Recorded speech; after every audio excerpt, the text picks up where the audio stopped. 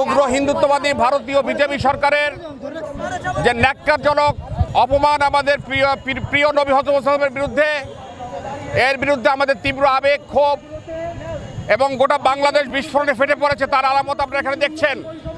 যদি ভারতীয় ব্রাহ্মণ্যবাদী সরকার এই ঘৃণ্য ষড়যন্ত্র বন্ধ না করে, আমরা দরকার হলে দিল্লি অভিমুখী লং মার্চ করবো ইনশাআল্লাহ।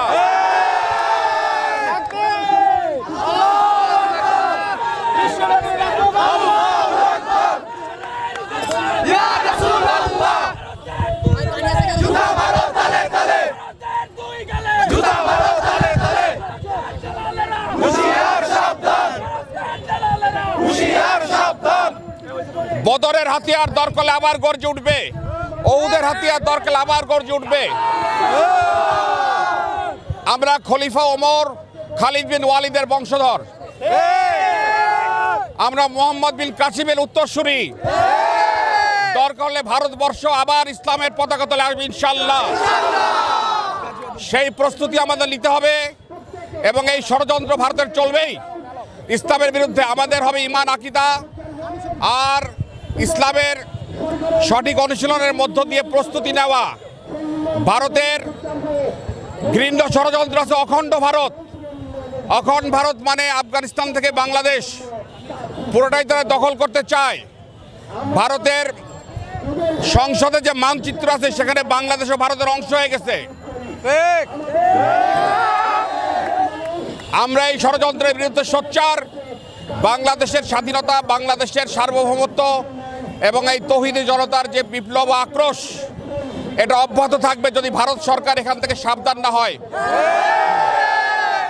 আমাদের প্রথম পদক্ষেপ হবে ভারতীয় সকল পণ্য বয়কট করা। দরকার হলে ভারতে আমরা যাওয়া বন্ধ করে দেব। আমরা পূর্ব দিকে যাব আর পশ্চিমে যাব না। আমরা বিকল্প সন্ধান করব ইনশাআল্লাহ। সেই জন্য আমাদের এখন থেকে ইস্পাত কঠিন প্রতিজ্ঞাবদ্ধ হতে হবে যে ইসলামের ছায়াতলে আমরা নিজেদের গড়ে তুলব এবং যে কোনো চ্যালেঞ্জ মোকাবেলার জন্য আমরা প্রস্তুতি গ্রহণ করব ইনশাআল্লাহ। আমরা সবাই লড়তে রাজি, মরলে শহীদ, বাঁচলে গাজী, এটাই আমাদের স্লোগান। সুতরাং